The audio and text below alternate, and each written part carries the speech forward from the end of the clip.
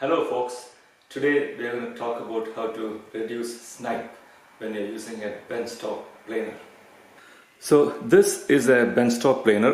This particular model is made by a company called Tech, and this is one of their mid-range models. And what it does is, if you have a plank of wood like this, and if one side of the thing is the wood plank is already really flat, this planer can make the other side perfectly parallel to the first side. The problem with these kind of planers is that is a thing called snipe. And what snipe is when you pass the plank through the planer, the beginning and the end of the plank actually ends up with a little bit more material removed than the middle. This happens for one of two reasons. The first reason is that when you move this plank through the planer, as you see right now, there's more pressure that happens on the front of the plank because the back of the plank is pulling it down like this. And as the plank goes through and reaches the other side, and it starts bending down like this, and there's more pressure from the cutter coming on the back side of the plank. So parts here get more material removed. The reason why it's that way, of course, is that the base of this planer, which holds the wood up, is not very long. And that is the design of this particular model. Of course, if you work in a professional shop, you probably have a planer with very long wings, so you don't have to worry too much about this problem. But for a home model like this one, that's what you have to work with. So we can reduce snipe by finding a way to make these things longer. And that is exactly what this jig does. So this is what the finished product looks like. You have a long board of melamine that's clamped to, or that's bolted down to these little wooden legs, which themselves are bolted down to my workbench. I usually start by bolting the planer down to my workbench. The reason for this is because I don't want the planer to start jumping around or vibrating when I'm doing really hardwoods, which happens sometimes. So any extra bit of stability that we get only helps.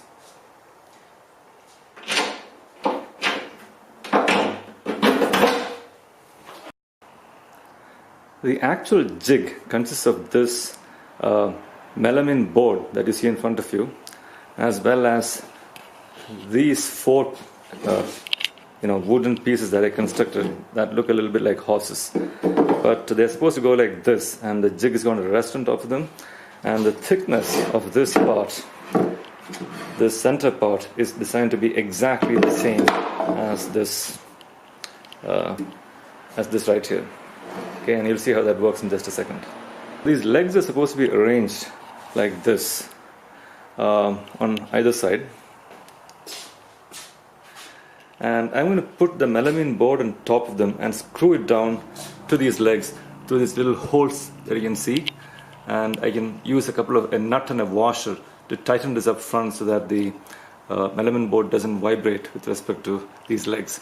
And then I'm just going to clamp these legs to the bench using clamps like this. Okay. So here's the board. It's nice and heavy and quite sturdy, and it's going to go right here. Of course, I lifted the planing assembly all the way up so that I had enough room to slide this across. Okay, and it fits exactly right. This planer is about 13.5 inches wide, and I made this to be 13 inches in width so that it is a nice snug fit over there. Now I'm going to take these screws, and the screws right here, I'm going to use them to bolt the board down to these legs. So what I'm going to do now is use these bolts and washers to screw the plank down onto these legs. So I have 8 screws, and I use this little nut and washer and nut underneath in order to make this nice and tight. Here's the washer. There you go. and so on 7 more times. Okay, we are done. As you can see, I have used those screws to clamp the board down to these legs, and you can see that these holes here are countersunk so that the nut that doesn't stick out of the top, so the wood can slide smoothly on top of these if necessary. Same is true on this side. And now the last step is just clamp these babies down to my workbench so that they don't move with respect to the workbench.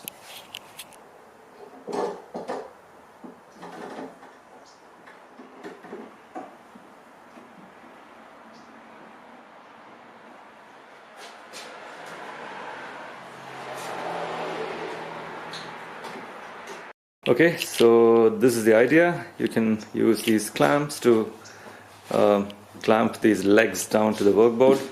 You can use more clamps if necessary, but I usually find that what the number that I used is more than sufficient. So it's pretty nice and firm. It's firm with respect to the planer. The planer itself is clamped down to the workbench, so it doesn't move. So everything looks good.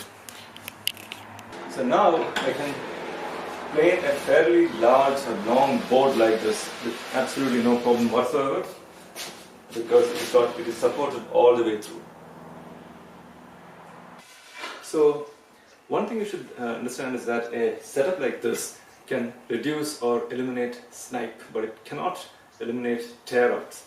Tear-outs are when little bits of wood, usually near the end of your board, the beginning of your board, or sometimes even in the middle, get ripped out because of weaknesses in the wood or some other reason. There's a number of things that you can do to avoid that. You can get by searching the web. There are folks who recommend that you spray the wood with water before you actually run through the planer. Of course, going with the grain, getting the wood at an angle instead of straight, and also keeping your blade sharp are all things that would help there.